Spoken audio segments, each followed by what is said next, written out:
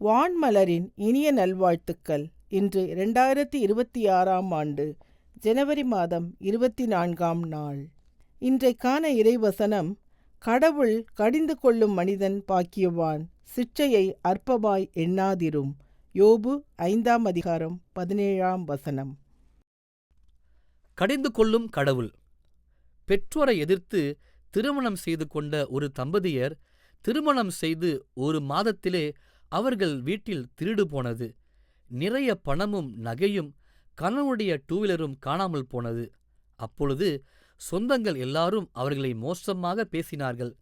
குடும்பத்தை எதிர்த்து திருமணம் செய்து கொண்டதால் கடவுள் கொடுத்த தண்டனை இது என்று பேசினார்கள். இன்றைய தியான வசன சூழலும் யோபுவின் நண்பர்கள் யோபுவுக்கு இப்படிப்பட்ட ஒரு விஷயத்தை சொல்லுகிறார். நீ செய்த தவறுகளுக்காக தண்டனையே இப்பொழுது உனக்கு வந்திருக்கிறது என்று சொல்லுகிறார்.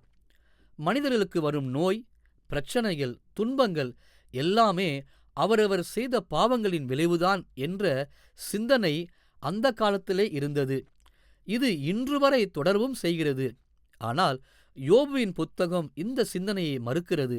யோபு எதிர்கொண்ட சோதனைகள் எதுவும் அவரது பாவத்தினால் விளைந்தவை அல்ல என்பதை யோபுவின் நூல் தெளிவாக்குகிறது.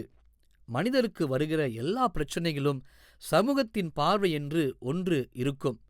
அது பெரும்பாலும் சம்பந்தப்பட்டவரை குற்றப்படுத்துவதாகவே அமையும். யாருக்கு எந்த நோய் வந்தாலும், பிரச்சனைகள் வந்தாலும், கஷ்டங்கள் துயரங்கள் வந்தாலும் உடனே அவன் என்ன பாவம் செஞ்சானோ என்று சொல்லிவிடுவோம். இந்த எண்ணம் கிறிஸ்தவத்திற்கு எதிரானது. உலகை உருவாக்கும் முன்னமே கடவுள் மனிதர்களை அளவு கடந்து நேசிக்கிறார். அவர் செய்த எல்லா விஷயங்களுக்கும் அடிப்படை அவர் மனிதன் மீது கொண்டிருந்த அன்பே. அப்படிப்பட்ட கடவுளை மறந்த மனிதர்கள் பாவத்தில் விழுந்தபோது கடவுள் மனம் வருந்தினார். ஆனால் அவர் மனிதர்களை கைவிட்டு விடவில்லை. தனது ஒரே மகனை நமக்கு பதிலாக சிலுவையில் ஒப்புக்கொடுத்து நம்முடைய பாவங்களுக்கு முடிவு கட்டினார். கிருபையால் கிடைத்த இந்த பாவ மன்னிப்பை, மீட்பை பெற்றிருக்கிற நாம் திரும்ப திரும்ப பாவத்தில் விழுகிறவர்களாகவே இன்று வரை இருக்கிறோம். நமக்கு வருகிற எல்லா துன்பங்களும் தண்டனைகள் அல்ல என்பதை உணர்ந்து கொள்ளுவோம். அதே சமயம் நாம் மனம் திரும்புவதற்காக நமக்கு தரப்பட்டிருக்கிற கண்டிப்புகளை முழு மனதோடு ஏற்றுக்கொள்ளுவோம்.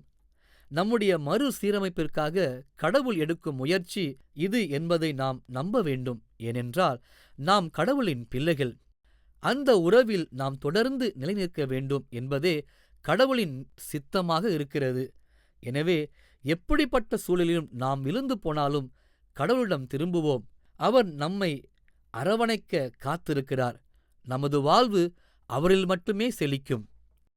இறை வேண்டுதல் செய்வோம். கர்த்தாவே, நாங்கள் பல நேரங்களில் எங்கள் துன்பங்கள், துயரங்களால் குழப்பமடைகிறோம்.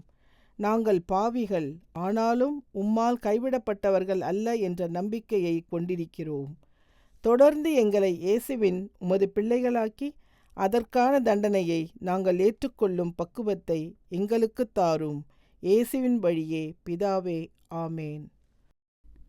இன்றைக்கான கேள்வி: நாம் விழுந்து போனாலும் யாரிடம் திரும்புவோம்? நாம் விழுந்து போனாலும் யாரிடம் திரும்புவோம்?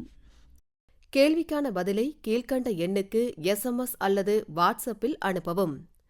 9841809796.